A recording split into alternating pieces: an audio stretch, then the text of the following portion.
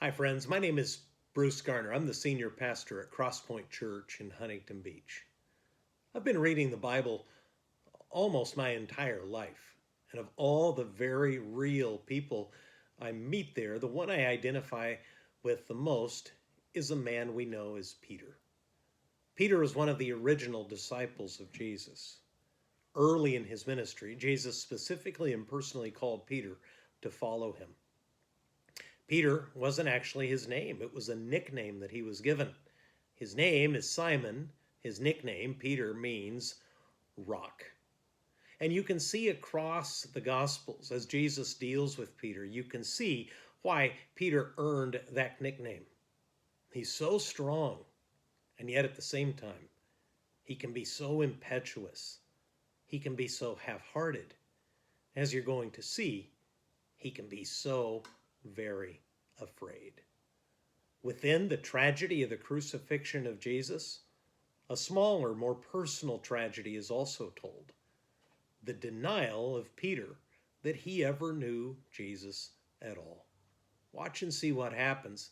You're going to learn something very important, not only about Peter, but much more importantly, about Jesus.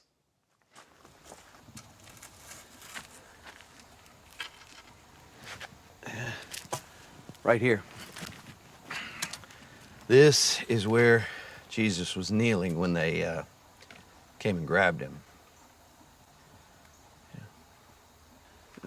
And I came in from this direction with my sword drawn, and I cut off the ear of the servant of the high priest. I reacted exactly the way Jesus told us not to. And Jesus, he picks up that man's ear. And he puts it right on his head, like it had always been there. But that's what he did. Jesus was always fixing people's messes.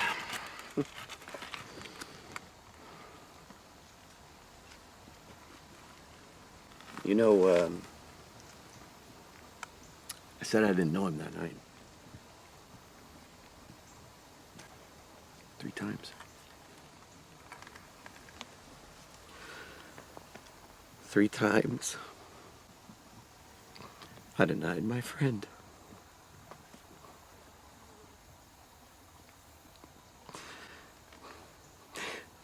He told me I was going to do it before I even did it. And like an idiot, I argued with him. But he was right. He's always right.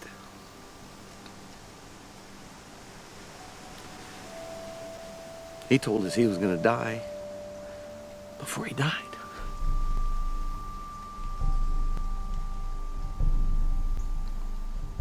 But you know what he did? You know what he did when he came back to life? That morning when he came back to life, he gave me the opportunity to tell him I loved him. 3 times. 3. He knew. That was my greatest regret. But that's how he does it. When it settles here, it changes here. And that turns the past upside down. It doesn't matter. It doesn't matter what happened that night, because of what happened that morning. Because he beat death.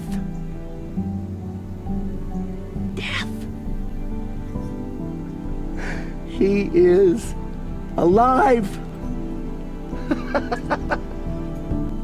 Alive!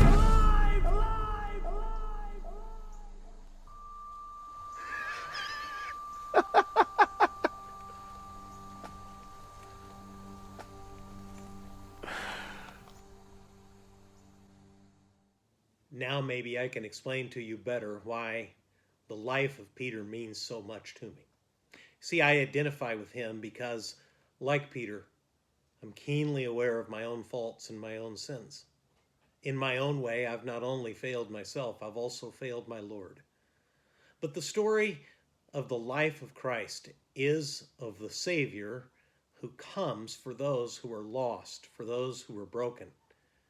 Jesus is the one who, after taking his life back victoriously from the dead, after rising from the dead just as he promised he would, he specifically and personally took time to find Peter, to assure him that Jesus still loved him and that Jesus still had a plan for Peter's life. That's the good news of Easter. Not that we have to be or even can be good enough to merit the love of Jesus, but rather that Jesus is so good and so loving, he comes back for us. If you want to know more about how to have a peaceful, actual, real, personal relationship with God, check out the resources. Check out the phone number, the email address in the show notes. If there's anything I can personally do, of course, I'd be happy to. I wish you and your family the very happiest of Easter holidays. God bless you.